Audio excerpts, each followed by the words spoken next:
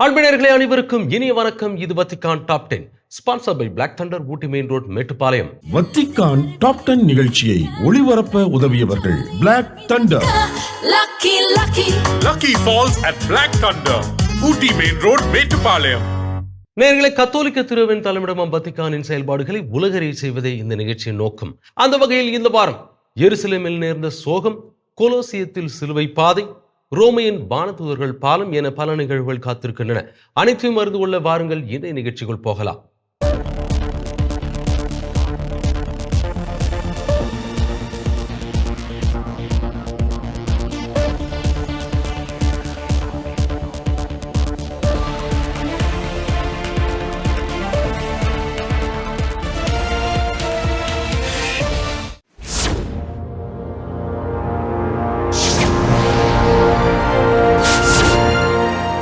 ஆயுதங்களை கீழே வையுங்கள்.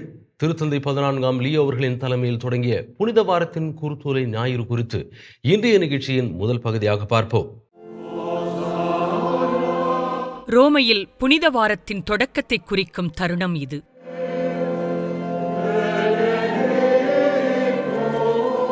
ஒரு புதிய ஆண்டு, அதனுடன் திரு அவையின் தலைவராக தனது முதல் புனித வாரத்தை திருத்தந்தை 14ஆம் லியோ அவர்கள் தலைமையேற்று வழிநடத்தும் புதிய குருத்தோலை ஞாயிறு பவனி இதுவே. அதனைத் தொடர்ந்து நடைபெற்ற திருப்பலியில் திருத்தந்தை அவர்கள் அமைதிக்கான ஒரு புதிய அழைப்பை தனது மறையுரையின் மையமாக வைத்திருந்தார்.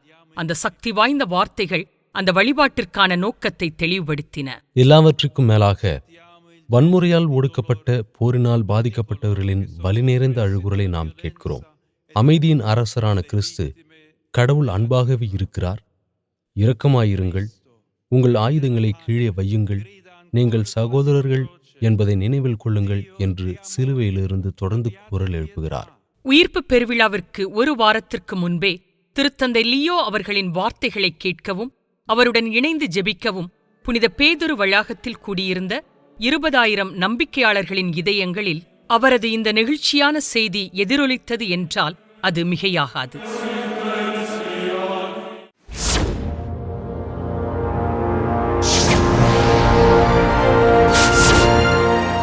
திருக்கல்லறை பேராலயத்திற்குள் நுழைய கத்தோலிக்க மத தலைவர்களுக்கு தடை. எருசலேமில் குருத்தோலை ஞாயிறு திருப்பலியை நிறைவேற்றி சென்ற கத்தோலிக்க மத தலைவர்களை இஸ்ரேல் காவல்துறை தடுத்து நிறுத்திய காட்சிகள் குறித்து இந்த பகுதியில் பார்ப்போம். போரினால் பாதிக்கப்பட்ட பகுதிகளில் துன்புறும் கிறிஸ்தவர்களுக்காக ஜெபித்து திருத்தந்தை 14ஆம் லியோ அவர்கள் புனித வாரத்தின் நிகழ்வுகளை தொடங்கினார். குருத்தோலை ஞாயிறு திருப்பலிக்கு பிறகு மூவேளை ஜெபத்தை ஜெபித்த அவர் புனிதவார வழிபாடுகளில் முழுமையாக பங்கேற்க இயலாத நிலையில் இருப்பவர்களை நினைவு கூர்ந்தார். புனித வாரத்தின் தொடக்கத்தில் பயங்கரமான மோதல் காரணமாக துன்புறும் மற்றும் இந்த புனித வழிபாடுகளில் முழுமையாக பங்கேற்க இயலாத நிலையில் இருக்கும் மத்திய கிழக்கு பகுதி கிறிஸ்தவர்களுக்கு நாம் முன்னெப்போதையும் விட நமது ஜபத்தின் வழியாக மிகவும் நெருக்கமாக இருக்கிறோம். ரோமையில் இந்நிகழ்வு மிகச் சிறப்பாக நடைபெற்ற அதே வேளையில் எருசலேமில் நிலைமை முற்றிலும் வேறுபட்டதாக இருந்தது. குருத்தோலை ஞாயிறு திருப்பலியை கொண்டாடுவதற்காக திருக்கல்லறை பேராலயத்திற்குள் நுழைய முயன்ற எருசலேமின் லத்தீன் மறைமுதுவர் கர்தினால் பியர் பட்டிஸ்டா பிசபெல்லா மற்றும் கஸ்டோஸ் ஆஃப் தி ஹோலி லேண்ட் எனப்படும் புனித பூமியின் பாதுகாவலர் ஆகியோரை இஸ்ரேல் காவல்துறை தடுத்து நிறுத்தியது.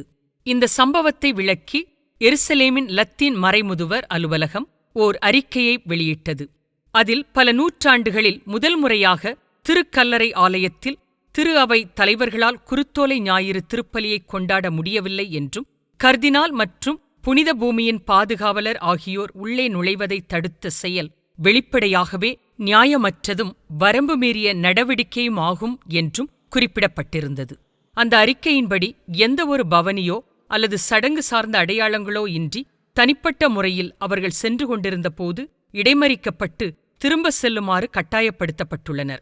கிறிஸ்தவ நாட்காட்டியின் மிக புனிதமான நாட்களுள் ஒன்றில் வழிபாடுகள் தடுத்து நிறுத்தப்பட்டதற்காக புனித பூமி மற்றும் உலக கிறிஸ்தவ நம்பிக்கையாளர்களுக்கு தங்களது ஆழ்ந்த வருத்தத்தை மறைமுதுவர் அலுவலகமும் பாதுகாவலர் அலுவலகமும் தெரிவித்தது கவனிக்கத்தக்கது.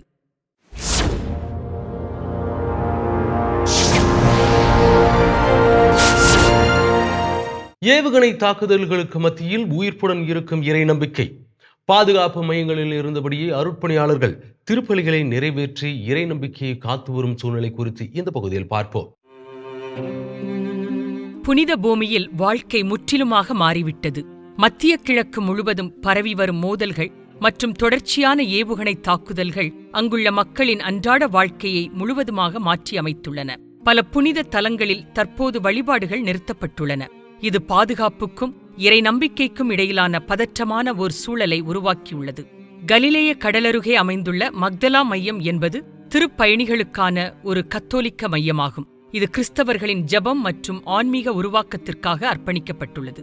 இந்த மையத்தின் இயக்குநராக பணியாற்றும் கிறிஸ்துவின் படையணிகள் சபையைச் சேர்ந்த அருட்பணி ஹுவான் மரியஸ் சொலானா அவர்கள் புனித பூமியில் நிலவும் தற்போதைய சூழல் குறித்த தனது நேரடி அனுபவங்களை விவரித்தார். இப்போது நாங்கள் மிகுந்த கவலையில் உள்ளோம். ஒவ்வொரு முறை எச்சரிக்கை வரும்போதும் நீங்கள் ஒன்று பாதுகாப்பு மையங்களுக்கு செல்ல வேண்டும் அல்லது வெளியே செல்வதற்கு முன் வானத்தை கவனமாக பார்க்க வேண்டும். ஏனென்றால் உங்கள் தலையில் ஏதாவது விழக்கூடும். கைபேசியில் ஏவுகணை அபாய எச்சரிக்கை வருவதால் நாங்கள் ஓரளவு பாதுகாப்பாக உணர்கிறோம் என்று கூறலாம். பாதுகாப்பான இடத்தை தேட உங்களுக்கு 10 நிமிடங்கள் உள்ளன என்பதை அது தெரிவிக்கும். பின்னர் அவர்கள் எச்சரிக்கையை உறுதிப்படுத்துவார்கள். அல்லது உங்கள் நகரத்தை நோக்கி ஒரு ஏவுகணை ஏற்கனவே வந்து கொண்டிருக்கிறது என்பதை எச்சரிக்கும் அபாய ஒலி ஒலிக்கும். இருப்பினும் பாதுகாப்பு எல்லா இடங்களிலும் ஒரே மாதிரியாக இல்லை. உதாரணமாக, கிறிஸ்தவம் மற்றும் யூத மதத்தின் ஆன்மீக மையமாகவும் இஸ்லாமியர்களுக்கு முக்கியமான இடமாகவும் திகழும் எருசலேமின் பழைய நகரத்தின் நவீன பாதுகாப்பு மையங்கள் இல்லை. இதனால் அதிகாரிகள் அங்குள்ள வணிக நிறுவனங்களை மூடுவதற்கும் புனித தலங்களுக்கு செல்வதை கட்டுப்படுத்தும் நிலைக்கும் தள்ளப்பட்டுள்ளனர். எருசலேமின் பழைய நகரத்தில் ஒரு ஏவுகணை விழுந்தால் அது மிகவும் பேரழிவை ஏற்படுத்துவதோடு பல உயிர்களையும் எடுக்கும். அதனால்தான் பழைய நகரத்தை சுற்றி பெரும் பதற்றமும் சில குழப்பங்களும் நிலவுகின்றன. இதன் காரணமாக புனித தலங்களுக்கு செல்ல அரசாங்கம் அனுமதி வழங்கவில்லை. எனக்கு தெரிந்தவரை பழைய நகரத்தில் உள்ள இஸ்லாமிய, யூத மற்றும் கிறிஸ்தவ புனித தலங்கள் அனைத்தும் மூடப்பட்டுள்ளன. இருந்த போதிலும் மத வழிபாடுகள் முழுமையாக நின்றுவிடவில்லை.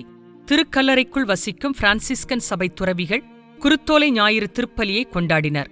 அதேவேளையில் மறைமுதுவர் பிஸ்பல்லா அவர்கள் கெத்சமனி தோட்டத்தில் திருப்பலியை நிறைவேற்றினார். அப்படியிருந்தும் பாதுகாப்புக்கும் மத பழக்க வழக்கங்களுக்கும் இடையிலான சமநிலை மிகவும் நுட்பமானது என்பதை அருட்பணி சொலானா அவர்கள் ஒப்புக்கொள்கிறார். இந்த நெருக்கடியான சூழலை இறை நம்பிக்கையின் கண்கொண்டும் பார்க்க வேண்டும் என்று அருட்பணி ஹுவான் அவர்கள் விளக்குகிறார்.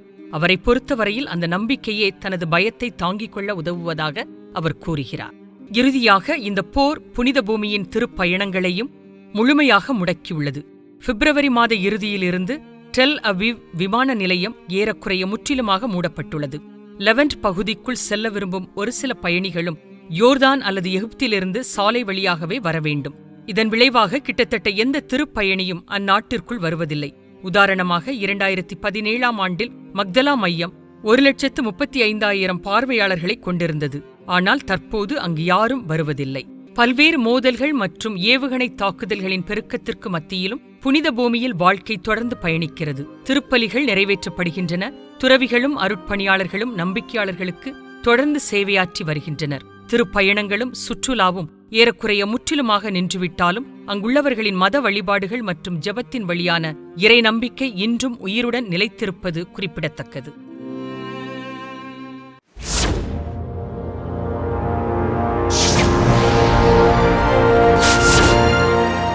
ரோமையில் கிறிஸ்மா திருப்பலி. பல்வேறு அருள் அடையாளங்களுக்கான புனித எண்ணெய்கள் ஆசீர்வதிக்கப்பட்ட இத்திருப்பலி குறித்து இந்த பகுதியில் பார்ப்போம்.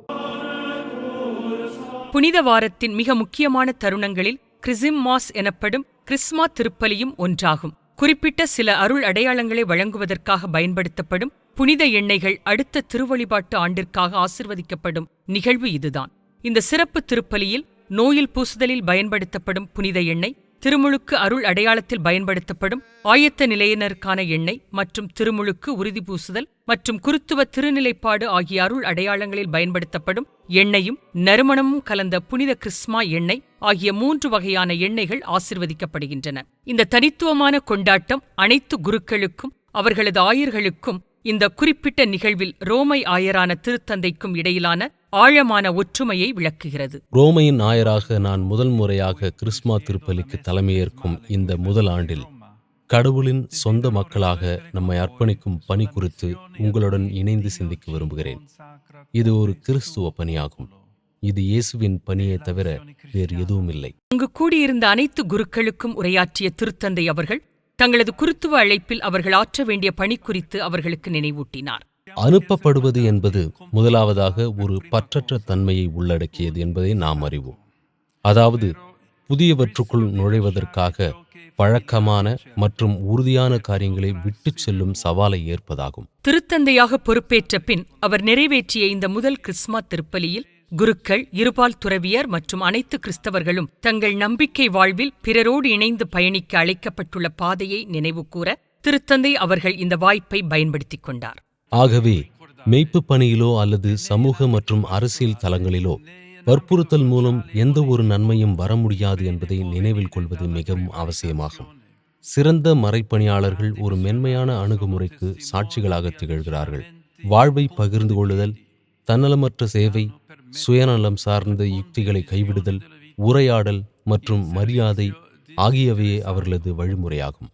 உயிர்ப்பு பெருவிழாவின் ஈஸ்டர் ட்ரிடும் எனப்படும் புனித 3 நாட்களை தொடங்குவதற்கு சில மணி நேரங்களுக்கு முன்பாக நடைபெற்ற இந்த கிறிஸ்மா திருப்பலியின் போது புனித பேதுரு பேராலயத்தின் உட்புறம் முழுவதும் ஒரு வெண்ணிற அலை நிரம்பி வழிந்தது. தங்கள் திருநிலைப்பாட்டு நாளில் தாங்கள் அளித்த வாக்குறுதிகளை புதுப்பித்துக் கொண்ட நூற்றுக்கணக்கான அருட்பணியாளர்கள் அணிந்திருந்த வெண்ணாடைகளே அந்த வெண்ணிற அலை என்பது கவனிக்கத்தக்கது.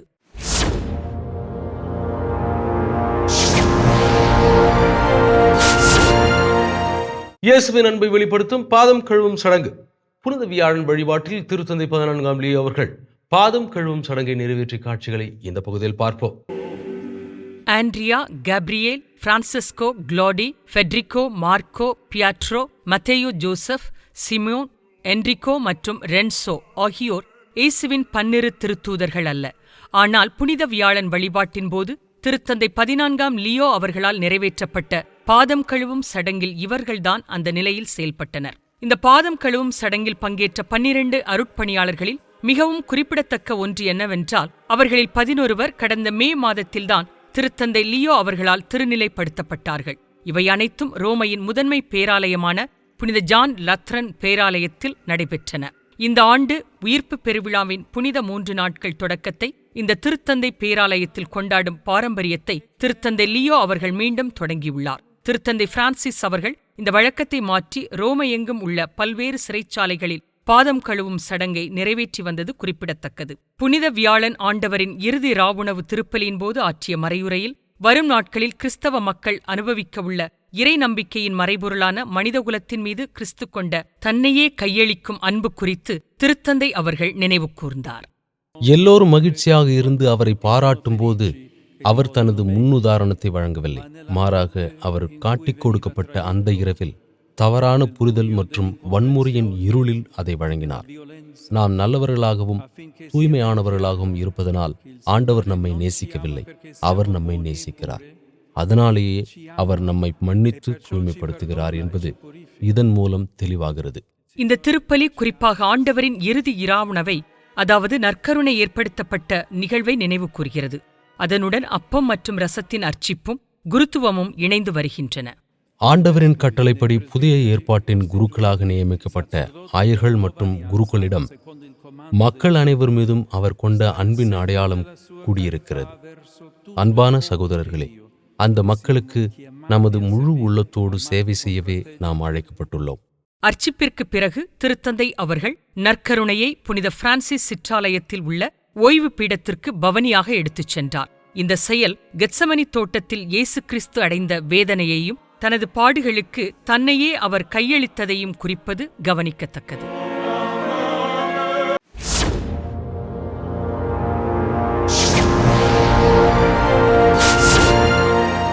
இயேசு கிறிஸ்துவின் பாடுகளை சுமந்த புனித வெள்ளி. திருத்தந்தை 14ஆம் லியோ அவர்கள் தரையில் நெடுஞ்சான் கிடையாக விழுந்து மீட்பின் சிலுவையை வணங்கிய காட்சிகளை இந்த பகுதியில் பார்ப்போம். இயேசு கிறிஸ்துவின் சிலுவையை ஆராதிப்பதற்காக திருத்தந்தை ஒருவர் தரையில் நெடுஞ்சான் கிடையாக விழுந்து வணங்கும் நிகழ்வு புனித வெள்ளிக்குரிய ஒரு தனித்துவமான பாரம்பரியமாகும்.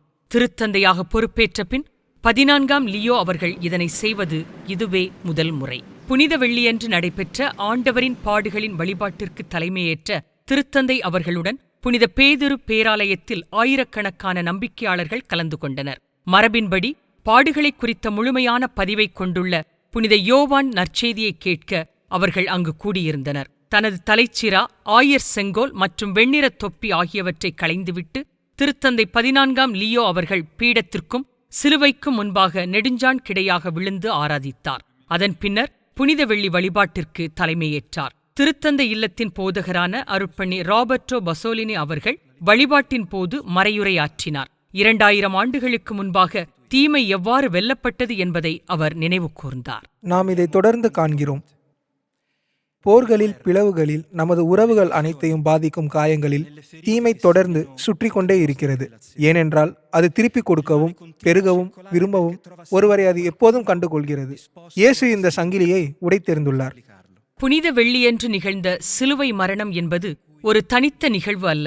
மாறாக இறைமகன் தூய ஆவியாரால் வழிநடத்தப்பட தன்னை அனுமதித்து தந்தையின் சித்தத்தின் மீது எப்போதும் முழுமையாக நம்பிக்கை வைத்து மேற்கொண்ட பயணத்தின் உச்சகட்டமே அது என்பதை அங்கிருந்தவர்களுக்கு அவர் நினைவூட்டினார். தீமை நம்மை தாக்கும்போது நம்முடைய உள்ளுணர்வு எப்பொழுதும் எதிர்வினையாற்றவும், அதை திருப்பிக் கொடுக்கவும் அல்லது குறைந்தபட்சம் கணக்கை தீர்க்கவுமே தூண்டுகிறது.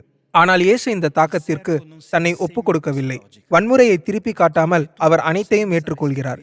தீமை அவரை வந்தடைகிறது, அங்கேயே அது நின்று விடுகிறது. நம்பிக்கையாளர்களின் பல்வேறு விரிவான பொது மன்றாட்டுகள் நிறைவடைந்ததும் அதிகம் எதிர்பார்க்கப்பட்ட தருணம் வந்தது. திருத்தந்தை அவர்கள் தனது திருப்பலி ஆடை, காலணிகள் மற்றும் மோதிரம் ஆகியவற்றை களைந்துவிட்டு மீட்பின் சிலுவையை தாழ்மையுடன் முத்தி செய்து ஆராதித்தார். ஆண்டு முழுவதிலும் திருப்பலி நிறைவேற்றப்படாத ஒரே நாள் இதுதான். எனினும் முந்தைய நாள் அர்ச்சிக்கப்பட்ட திரு அப்பங்களைக் கொண்டு நற்கருணை வழங்கப்பட்டது கவனிக்கத்தக்கது.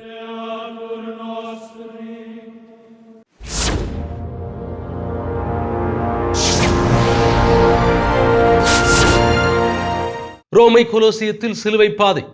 வரலாற்று சிறப்புமிக்க ரோமை கொலோசியத்தில் சிலுவை பாதையின் 14 நிலைகளிலும் திருத்தந்தை அவர்கள் சிலுவையை சுமந்து சென்று அனைவரையும் நிகழச் செய்த காட்சிகளை இந்த பகுதியில் பார்ப்போம்.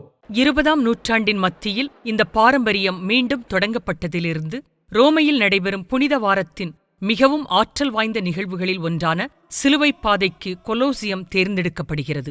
இயேசுவுக்கு மரண தண்டனை தீர்ப்பளிக்கப்பட்டதிலிருந்து அவர் அடக்கம் செய்யப்படுவது வரையிலான பாடுகளின் நிகழ்வுகளை குறிக்கும் 14 நிலைகளை இது கொண்டுள்ளது.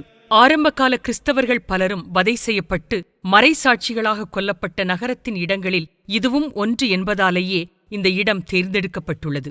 புனித வாரம் முழுவதும் நடைபெற்ற அனைத்து புனித நிகழ்வுகளையும் போலவே இந்த தருணமும் திருத்தந்தை 14ஆம் லியோ அவர்களுக்கு புதியதாகவே இருந்தது. அவர் 14 நிலைகளிலும் சிலுவையை சுமந்து வந்தது நம்பிக்கையாளர்கள் மத்தியில் நெகிழ்ச்சியை உண்டாக்கியது. இந்த நிலைகளுக்கான தியான சிந்தனைகளை புனித பூமியின் முன்னாள் பாதுகாவலரான பேரருட்பணி பிரான்சிஸ்கோ பாட்டன் அவர்கள் எழுதியிருந்தார். அதில் ஒவ்வொரு அதிகாரியும் தன்னிடம் ஒப்படைக்கப்பட்ட அதிகாரத்தை, அதாவது தீர்ப்பளிக்கும் அதிகாரம் மட்டுமல்ல, ஒரு போரை தொடங்கும் அல்லது முடித்து வைக்கும் அதிகாரம், வன்முறையை நோக்கியோ அல்லது அமைதியை நோக்கியோ பயிற்றுவிக்கும் அதிகாரம் ஆகியவற்றை எவ்வாறு பயன்படுத்துகிறார்கள் என்பது குறித்து கடவுளுக்கு முன்பாக பதிலளிக்க வேண்டும் என்று அவர் எழுதியிருந்தார். ஒவ்வொரு நிலையின் முடிவிலும் அனைத்து நம்பிக்கையாளர்களும் ஒரு சிறப்பு மன்றாட்டை ஒப்புக் கொடுத்தனர். உலகம் முழுவதும் நடைபெற்று வரும் போர்கள் முடிவுக்கு வரவும், புலம்பெயர்ந்தோர், இடம்பெயர்ந்தோர் மற்றும் அகதிகளுக்கு உதவி கிடைக்கவும், படுகொலைகள், இன அழிப்புகள் மற்றும் துன்பங்களைக் கண்டுகொள்ளாத அலட்சிய போக்கு ஆகியவை முடிவுக்கு வரவும் ஜெபங்கள் இதில் இடம்பெற்றிருந்தன. இந்த 14 நிலைகளிலும் 20,000க்கும் மேற்பட்ட நம்பிக்கையாளர்கள் திருத்தந்தை லியோ அவர்களுடன் இணைந்து ஜெபித்தபடி பயணித்தனர். ரோமை கொலோசியத்தின் உள்ளேயும் வெளியேயும் திரண்டிருந்த அவர்கள் இயேசு கிறிஸ்துவின் மரணத்தை குறிக்கும் இப்புனித நாளில் அவரது பாடுகளை பக்தியுடன் நினைவு கூர்ந்தனர் என்பது குறிப்பிடத்தக்கது.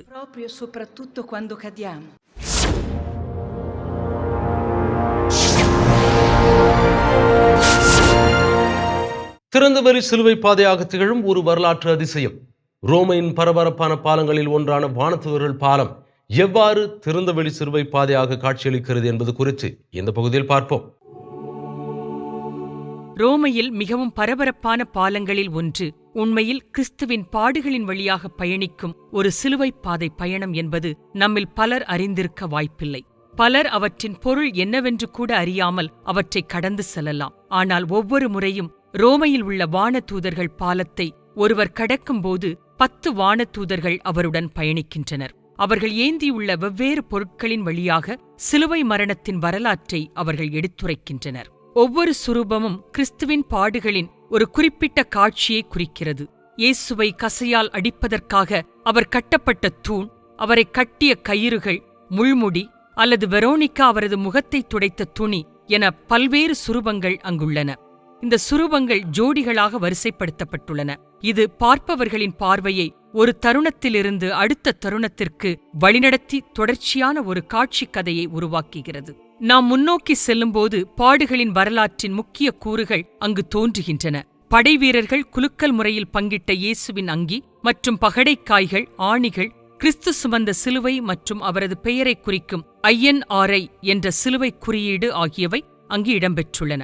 இந்த பாதையின் முடிவில் அவரது விலாவை துளைத்த ஈட்டி மற்றும் அவர் குடிப்பதற்காக காடியில் தோய்த்து கொடுக்கப்பட்ட கடற்பஞ்சு போன்ற அவரது இறுதி தருணங்களின் அடையாளங்கள் காணப்படுகின்றன. இந்த பாலம் தொடக்கத்திலிருந்தே இப்படி இருந்ததில்லை.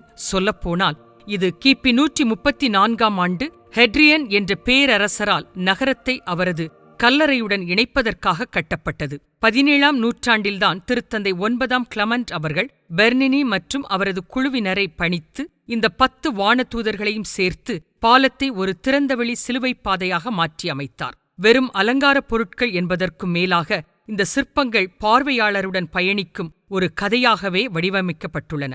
கண்முன்னே இருந்தாலும் அடிக்கடி கவனிக்கப்படாமல் போகும் கிறிஸ்துவின் பாடுகளின் பல்வேறு நிகழ்வுகளை சிறிது நேரம் நின்று தியானித்து அவற்றை மீண்டும் கண்டறிய இவை பார்வையாளர்களுக்கு அழைப்பு விடுக்கின்றன என்பது குறிப்பிடத்தக்கது.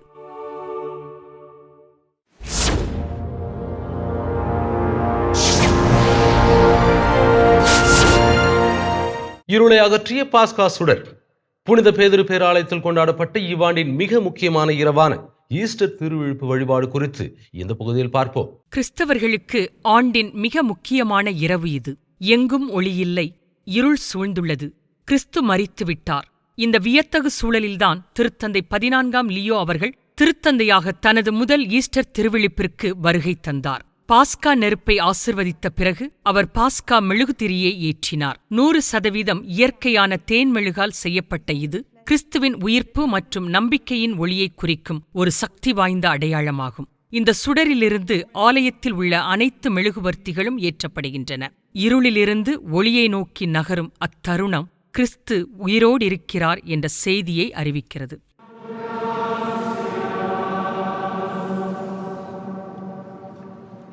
பவனியின் முடிவில் பாஸ்கா புகழுரை பாடப்பட்டது. Exultet angelica turba celorum. Easter திருவிழிப்பு அனைத்து திருவிழிப்புகளின் தாய் என்று அழைக்கப்படுகிறது. இத்திருவிழிப்பு திருப்பலியில் ஆற்றிய மறையுரையில் திருத்தந்தை 14ஆம் லியோ அவர்கள் அதற்கான காரணத்தை விளக்கினார். அன்பான சகோதர சகோதரிகளே, இது ஒளி நிறைந்த ஒரு திருவிழிப்பு. கிறிஸ்துவ பாரம்பரியத்தில் மிகவும் பழமையான இது அனைத்து திருவிழிப்புகளின் தாய் என்று அழைக்கப்படுகிறது. மரணம் மற்றும் பாதாளத்தின் மீது ஆண்டவர் கொண்ட வெற்றியின் நினைவை நாம் இதில் காண்கிறோம்.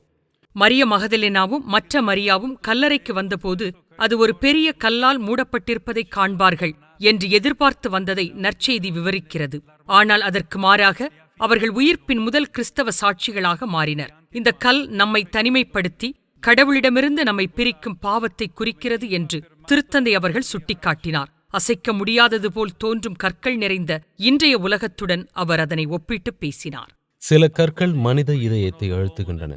அவநம்பிக்கை, பயம், சுயநலம் மற்றும் கோபம் போன்றவை. இந்த கற்களின் விளைவாக எழும் மற்ற சில கற்கள் மக்களுக்கும் நாடுகளுக்கும் இடையிலான போர்கள் மற்றும் பிளவுகள் போன்று நமக்கிடையேயான பிணைப்புகளை உருவாக்குகின்றன. அவை நம்மை முடக்குவதற்கு நாம் அனுமதிக்கக்கூடாது. ஈஸ்டர் திருவிழிப்பின் பாரம்பரியத்திற்கேற்ப அதன் பின்னர் திருத்தந்தை 14ஆம் லியோ அவர்கள் ரோமை மறைமாவட்டம் மற்றும் கொரியா, கிரேட் பிரிட்டன், போர்ச்சுக்கல் ஆகிய நாடுகளைச் சேர்ந்த 10 திருமுழுக்கு ஆயத்த நிலையினருக்கு திருமுழுக்கு அருள் அடையாளத்தை வழங்கியது குறிப்பிடத்தக்கது.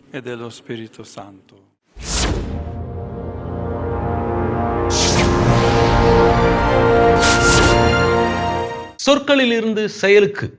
போரை கண்டுகொள்ளாத அலட்சிய போக்கை கைவிட்டு ஏப்ரல் 11ஆம் நாள் நடைபெறவிருந்த அமைதிக்கான ஜெப விழிப்பில் கலந்து கொள்ளுமாறு திருத்தந்தை அவர்கள் விடுத்த வேண்டுகோள் குறித்து இந்த பகுதியில் பார்ப்போம்.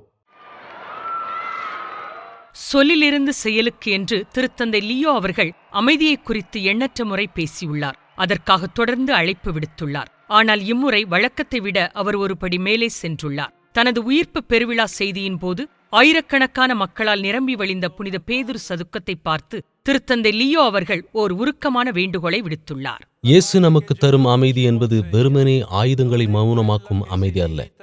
மாறாக அது நம் ஒவ்வொருவரின் இதயங்களையும் தொட்டு உருமாற்றும் அமைதியாகும். கிறிஸ்துவின் அமைதிக்கு நாம் மாறுவோம். இதயத்திலிருந்து எழும் அமைதிக்கான அழுகுரலை கேட்கச் செய்வோம். இதற்காகவே வரும் ஏப்ரல் 11ஆம் நாள் சனிக்கிழமையன்று புனித பேதுரு சதுக்கத்தில் நாம் அனுசரிக்க உள்ள அமைதிக்கான திருவிழிப்பில் என்னுடன் இணையுமாறு உங்கள் அனைவரையும் அழைக்கிறேன். இந்த ஆண்டின் தனது முக்கியமான அரசியல் உரையில் ஆயுதங்களை ஏந்தியிருப்பவர்கள் அவற்றை மௌனமாக்கவும் போருக்கு பதிலாக உரையாடலுக்கான பாதையை நாடவும் திருத்தந்தை அவர்கள் அழைப்பு விடுத்தார். திருத்தந்தை லியோ அவர்கள் திருத்தந்தை பிரான்சிஸ் அவர்களின் வார்த்தைகளை, குறிப்பாக 2025ஆம் ஆண்டின் ஊர்பி எத் ஓர்பி என்ற ஊருக்கும் உலகுக்குமான செய்தியின் போது உடல்நலக் குறைவால் அவரால் முழுமையாக ஆற்ற முடியாத வார்த்தைகளை நினைவு கூர்ந்தார். திருத்தந்தை பிரான்சிஸ் அவர்களுக்கு பிடித்தமான ஒன்றை கடன் வாங்கி கூறினால் அங்கு அலட்சியத்தின் உலகமயமாக்கல் பெருகி வருகிறது. ஒரு வருடத்துக்கு முன்பு இதே மாடத்திலிருந்து உலக மக்களுக்கு தனது இறுதி வார்த்தைகளை உரைத்த அவர், உலகின் பல்வேறு பகுதிகளை பாதிக்கும் பல மோதல்களில் மரணத்திற்கான எத்தகைய விருப்பத்தை நாம் ஒவ்வொரு நாளும் காண்கிறோம் என்று நமக்கு நினைவூட்டினார். கடந்த ஈஸ்டர் பெருவிழாவின் போது தனது இறுதி பொது தரிசனத்தில் திருத்தந்தை பிரான்சிஸ் அவர்கள் இதே மாடத்தில்தான் காணப்பட்டார். திருத்தந்தை பிரான்சிஸ் அவர்கள் அடுத்த நாளான பாஸ்கா திங்களன்று இறைவனடி சேர்ந்தார். அவரது முதல் நினைவு நாள் வரும் ஏப்ரல் 21ஆம் தேதி அனுசரிக்கப்படும் என்பது கவனிக்கத்தக்கது. என் அன்பு நேயர்களே, இன்றைய நிகழ்வுகள் அனைத்தும் நீங்கள் பயன்பெறும் வகையில் அமைந்திருக்கும் என்று நாங்கள் நம்புகிறோம். மீண்டும் அடுத்த வாரம் இதே நிகழ்ச்சியில் சந்திக்கிறோம். இது Vatican top 10 sponsored by Black Thunder, Ooty main road, Mettupalayam. நன்றி, வணக்கம். வத்திக்கான் டாப் 10 நிகழ்ச்சியை ஒளிபரப்ப உதவியவர்கள் Black Thunder. Lucky Falls at Black Thunder, Ooty Main Road, Metupalayam.